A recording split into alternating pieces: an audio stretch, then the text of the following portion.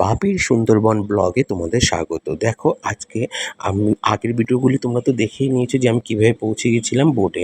আর দেখো এবার বোটে উঠে পড়ছি এই যে গোসাবা থেকে। আর গোসাবায় উঠে গিয়ে তোমাদের আগে এই যে গোসাবা থেকে উঠে গিয়ে আগে তোমাদের বোটটায় নমস্কার দিয়ে তাহলে চলো তোমাদের বোটটা আগে পরিদর্শন করিয়ে দিই। বোটটা পরিদর্শন করতে করতে দেখো সকালবেলা চলে এসছে লুচি, আলুর দম আর একটা করে মিষ্টি। আর লুচি আলুর দম খেতে খেতে পুরো সুন্দরবনটা ঘুরছি সকালবেলা। আর তোমাদের কেমন লাগবে সব কিছু জানিয়ে যাবে আমার এই ভিডিওর মাধ্যমে। দেখো সুন্দরবনে পাইলট অলরেডি চালাচ্ছে, এইদিকে দেখো সবাইকে কফি দিয়ে দিয়েছে, আমি কফিটা নিয়ে নিই। তারপরে দেখো এখানে সুন্দরবন দেখতে দেখতে আমরা বেরিয়ে পড়ছি ব্রিজে। আর এই ব্রিজটা তো তোমরা অটো থেকে দেখে নিয়েছো আমার আগের ভিডিওটাতে। তাই চলো দেখো ওয়েলকাম ড্রিঙ্ক চলে এসছে, ওয়েলকাম ড্রিঙ্ক খেয়ে দেখো কি নদীর স্রোত। তারপর দেখো পাইলট এখানে গাড়ি চালাচ্ছে, মানে গাড়ি বলতে আমাদের এই লঞ্চটা চালিয়ে আমাদেরকে নিয়ে যাচ্ছে পুরো সুন্দরবন ট্রিপটে। তারপর দেখো দেখতে দেখতে চলে এসছে আমাদের চিংড়ি মাছের পাকোড়া। তাই দেখো এক প্লেট নিয়ে নিয়েছি আমি, নিয়ে এবার খাবো আর তোমাদের সাথে গল্প করব, আড্ডা দেবো। কারণ আমি পুরো রিল্যাক্স মুডে চলে এসেছি একা একা ঘুরতে পুরো সুন্দরবন। তারপর একটু ওয়েলকাম ড্রিঙ্কটা খেলাম, একটু তুললাম। হ্যাঁ হ্যাঁ হ্যাঁ, না না সে তুমি তুললো, সে আসবো কেন। ইলিশ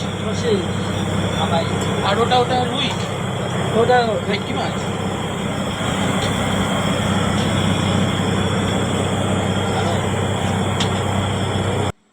দেখে নিয়েছো, এইবার চলো আমাদের রান্নার দিকে হচ্ছে আর আমরা এইদিকে বোটে এবার নেমে গেছি।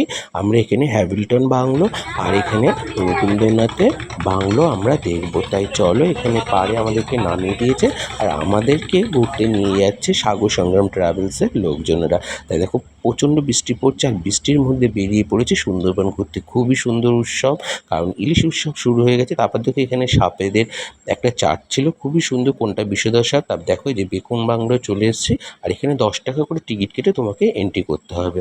এন্ট্রি করার মুখেই রয়েছে দেখো এখানে রবীন্দ্রনাথ আর হ্যামিল্টনের একটা গল্প করছে দুইজনে, সেই স্ট্যাচু রয়েছে।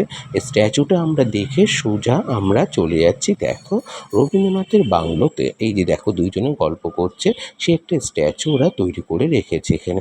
তার সামনে গিয়ে আমি গিয়ে একটু ভিডিও করে নিয়ে আসলাম, নিয়ে এসে এই যে দেখো হ্যামিল্টন বাংলো আর ওই একটা স্ট্যাচু আছে রবীন্দ্রনাথের। চলো পুরোটাই তোমাদের ঘুরিয়ে দেখাবো। সুন্দরবনের প্রথম ব্লগ তোমাদের কেমন লাগলো অবশ্যই আমাদেরকে একটু জানিয়ে যেও। তাই চলো দেখো রবীন্দ্রনাথের বাড়িটা খুবই সুন্দর ছিল। আর এর মধ্যে আমি ঢুকে তোমাদেরকে পুরোটা দেখাচ্ছি। দেখো ভিতরটা পুরো অন্ধকার, কিছু নেই আপাতত, কিন্তু তোমরা এসে পরিদর্শন করতে পারো কারণ তোমাদের খুবই ভালো লাগবে জায়গাটা। তারপর দেখো এবার তোমাদের পুরোটা চারিপাশটা আমরা একটু ঘুরিয়ে দেখাচ্ছি, চলো দেখতে থাকো। আর বাপিরিতম ইউটিউব চ্যানেলটা একটু সাবস্ক্রাইব করে দিও, পাশে থেকো, পাশে রেখো। দেখো এখানে সবাই সেলফি তুলছে, ফটো তুলছে। এখানে দেখো ডিয়ার পার্ক রয়েছে, হরিণ। আর তোমাদের তো আসল বাঘ দেখাতে পারবো না, তাই দেখো এই একটা বাঘ, কারণ সুন্দরবনে একটা স্ট্যাচু রয়েছে, গৌতম বুদ্ধের মূর্তি রয়েছে। তারপরে এখানকার আদিবাসীদের নৃত্যর একটা স্ট্যাচু তৈরি করে রেখেছে ওরা। তৈরি করার পরে আমরা সবাই চলে আসলাম বোর্ডে, আর এসে বোর্ডে এখানে উপস্থিত হয়ে গেলাম। তারপর দেখো আমি এখানে একটু ড্রাইভারকে বলছিলাম যে শিপটা কীভাবে চালাতে হয় বা লঞ্চটা, তারপর উনি আমাকে শিখিয়ে দিচ্ছিলো। আমি অনেকক্ষণ লঞ্চটা চালাচ্ছিলাম কারণ খুবই ভালো লাগছিলো। আর এইভাবে লঞ্চ চালিয়ে সুন্দরবন তোমাদের সাথে ঘুরবো আমি ভাবতেই পারিনি। তাই দেখো সুন্দরবনে আমি তোমাদেরকে নিয়ে চলে যাচ্ছি লঞ্চে করে। চলো তোমাদের কেমন লাগলো আমার এই সুন্দরবন লঞ্চটা চালানো, তো অবশ্যই একটু লাইক কমেন্ট শেয়ার করে একটু জানিয়ে দেবে। আর কেমন লাগছে চলো দেখো আমি কি সুন্দরভাবে চালিয়ে যাচ্ছি আর উনি আমাকে শিখিয়ে দিল। তারপর দেখো এইটাকে ওভারটেক করতে হবে, করে দেখো চলে আসলাম এই সুন্দরবনে। মোট 102টি দ্বীপ রয়েছে। তারপর চলে আসলো আমাদের খাওয়া দাওয়ার অ্যারেঞ্জমেন্ট। দেখো আজকের মেনুতে কী কী ছিল চলো তোমাদের সাথে শেয়ার করা যাক। দেখো দেখলেই তোমরা বুঝতে পারবে কী কী ছিল, আবার পাতে পড়বো। এইদিকে দেখো অলরেডি খাওয়া দাওয়া শুরু করে দিয়েছে, তার জন্য আমি বসেছিলাম, আমি থার্ড বেঁচে বসেই দেখো পাতে বেগুনি, লঙ্কা, লেবু আর লবণ পড়ে গেছে। ভাত আর মাথা দিয়ে, ইলিশ মাছের মাথা দিয়ে ডাল। প্রথমে ভাত দিয়ে পরে আমি এটাকে ভালো করে মাখিয়ে লবণ দিয়ে লেবু দিয়ে মেখে খেয়ে নিলাম। তারপরে চলে আসলো পুঁই শাক। পুঁই শাকটা খাওয়ার পরে চলে আসছে দেখছো এত বড় একটা ইলিশ মাছ। আর ইলিশ মাছটা খুবই সুন্দর ছিল আর ফ্রেশ আর খুবই দারুণ রান্না হয়েছিল। ইলিশ মাছটা খেতে খেতে চলো তোমাদের সাথে একটু গল্প করা যায়। তারপর দেখো ইলিশ মাছটা খাওয়া হয়ে গেছে, খাওয়া হয়ে যাওয়ার পরে আমাদের চলে এসছে এবার ভাতে ভোলা ভেটকি। দেখো ভেটকি মাছের খুবই সুন্দর ভেটকিটা, কারণ ভেটকিটা আগে তারপর চাটনি, পাঁপড়, মিষ্টি দিয়েছিল, তারপর শেষ পাতে একটা করে পেয়ারা দিল। দেওয়ার পরে দেখো সমুদ্র দেখতে দেখতে একটু ঝিমঝিম আসছিল, তাই দেখো পাড়ে দাঁড়িয়ে, শিপের পাড়ে দাঁড়িয়ে আমি একটুখানি সেলফি তুলছিলাম। আর দেখো খুব সুন্দর, পুরো জল আর জল আর চারিদিকে জঙ্গল, এরকম সুন্দরী গাছের আভা দিয়ে বেরিয়ে যাচ্ছি। দেখো ওই দিক থেকে এরা ফিরছে আর আমরা যাচ্ছি।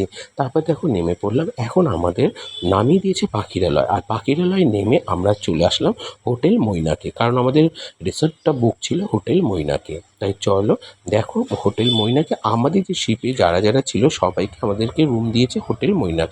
এই যে হোটেল মৈনাকটা আমরা চলে আসলাম হাঁটতে হাঁটতে, আর পাখিরালয়ের এটা খুবই কাছে হোটেল মৈনাকটা।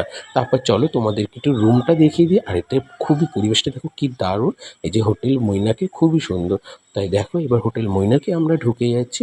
ঢুকে আমি হোটেল মৈনাকের থেকে দেখো খুব সুন্দর, দেখো হোটেল মৈনাক থেকে চাবিটা নিয়ে আমি তোমাদেরকে রুমটা একটু পরিদর্শন করিয়ে দিচ্ছি।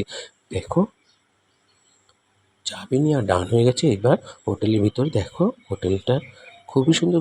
রুমের ভিতর দেখো দুটো বেড দিয়ে দিয়েছে অলরেডি। বেডের পরে তোমাদেরকে চলো একটু পায়খানা বাথরুমটা দেখিয়ে দিই। খুবই সুন্দর বাথরুমটা সুন্দর না, চারিদিকে খুবই সুন্দর, রুমটাও পরিষ্কার, বেশ ভালো লাগলো। তাই চলো পরের ব্লগে তোমাদেরকে নিয়ে আসবো যে সারাদিন বিকালবেলাটা কীভাবে কাটালাম আর কী করলাম।